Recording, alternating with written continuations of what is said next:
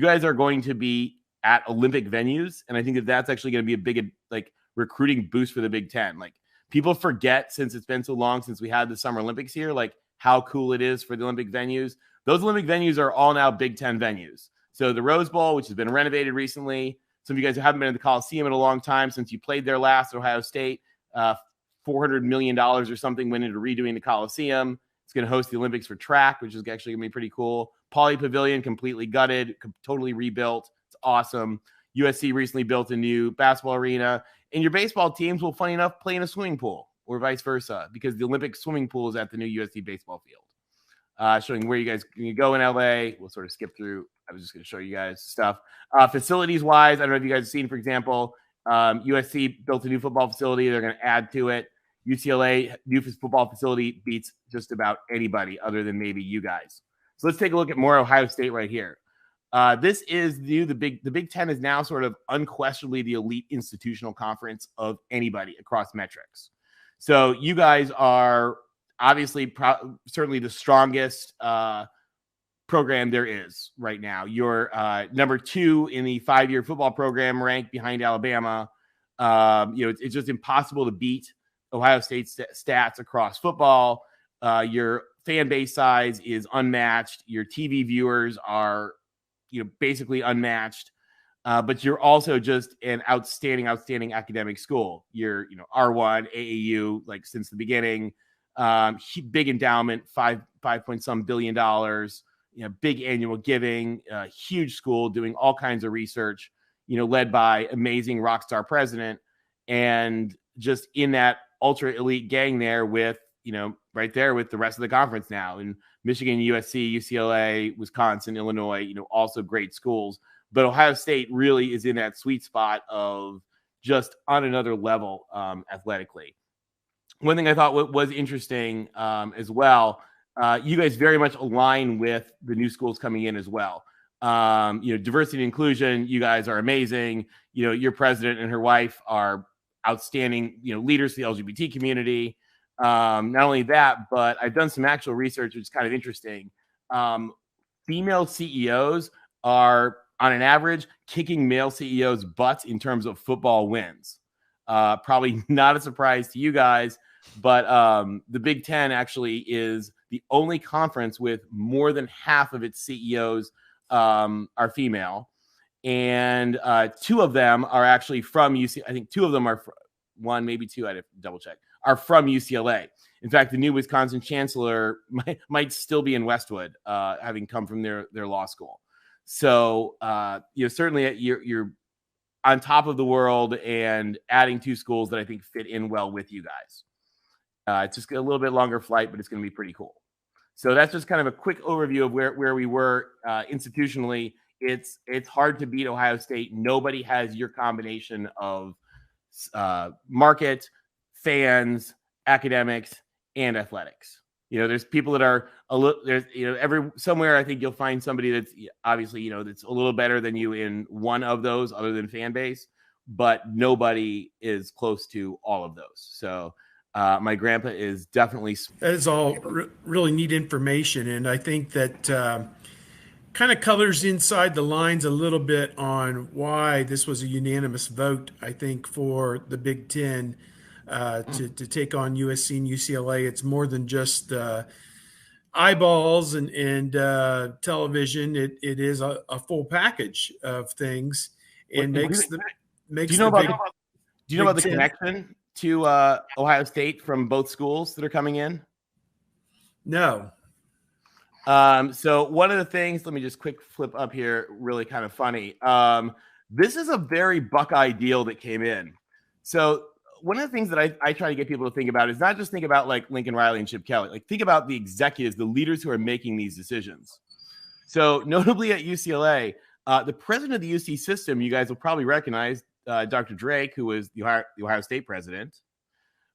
People wonder, like, how did the University of California system approve this? I wonder, President Drake.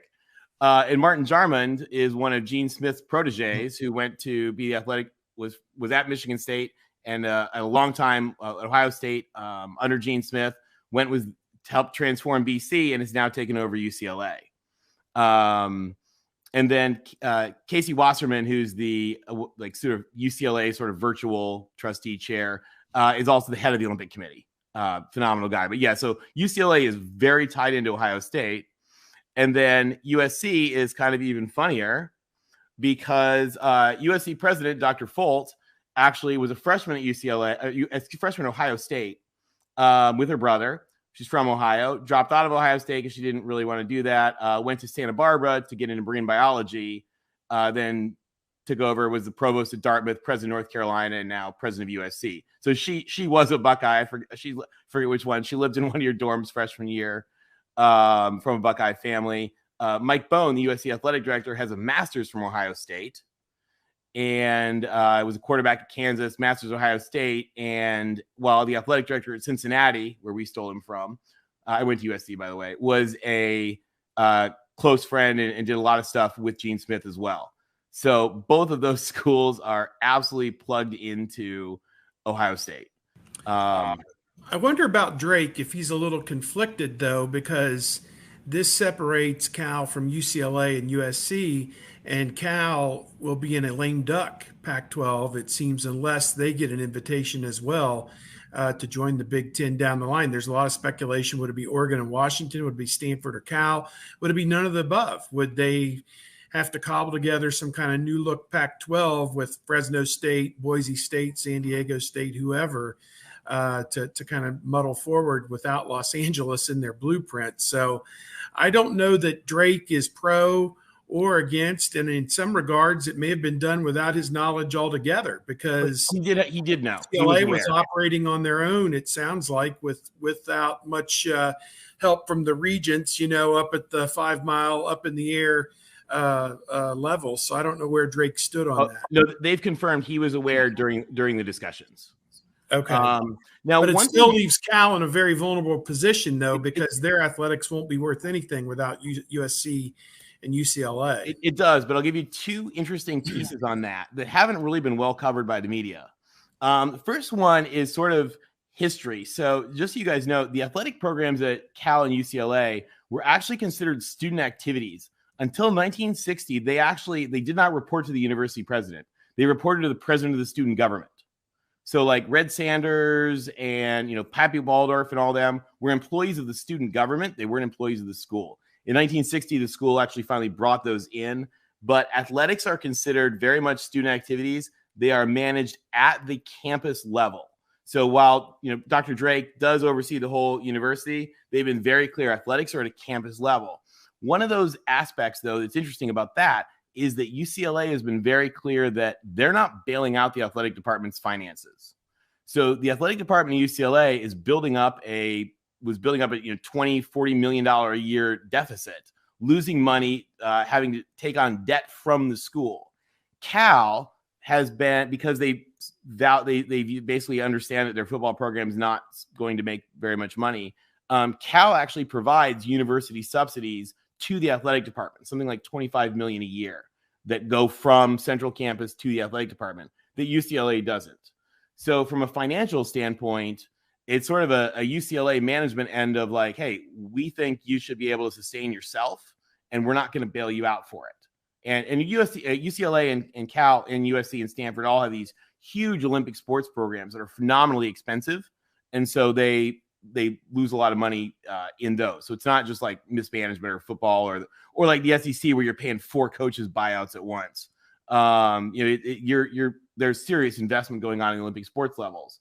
So the president was aware. I would 99% tell you the regents were aware. There's a closed regents meeting with the lawyers to talk about that in a week or two. That's very normal. Anytime you have something like this, there are closed regents meetings with the lawyers. Every school that got added to the Big 12 had the same thing. It does not surprise me that, they probably did this off the record with phone calls with the formal meeting to follow, because they needed to stay quiet. But those of you guys, the history of the regents of the University of California and their involvements in athletics, going back to Ed Pauley, who is like, if you guys don't know about him, the single most cool, badass American, like probably to ever live. The least interesting thing he ever did in his life was write $1 million check to build an arena. But Ed Pauley and ever since then, the Regents are fairly involved in the importance of athletics and understand the importance of athletics. And I know that there's been a lot of unhappiness with UCLA's financial position. So they say, UCLA went to bed bouncing checks and woke up adopted by the Sultan of Brunei. Yeah, I think that Martin Drummond was quoted as saying it was going to be close to a $100 million deficit over a several-year period. Ohio State ran up a deficit of $50 to $60 million in the COVID year because they couldn't have fans at the games. And I honestly think COVID is probably, that year and the money that was lost is what's driving this. Everyone's trying to reconcile their books. And this is a windfall of money for the existing Big Ten members to get paid for Big Ten Network in California, and also for obviously UCLA and USC, even if it's not a full 100% share for the first several years, they're going to make many millions more than they were in the Pac-12 in the short term and certainly in the long term. So I think that it was a no-brainer. As I said, what was reported was it was a unanimous decision by the Big Ten presidents, 14 up, 0 down, to add these two schools.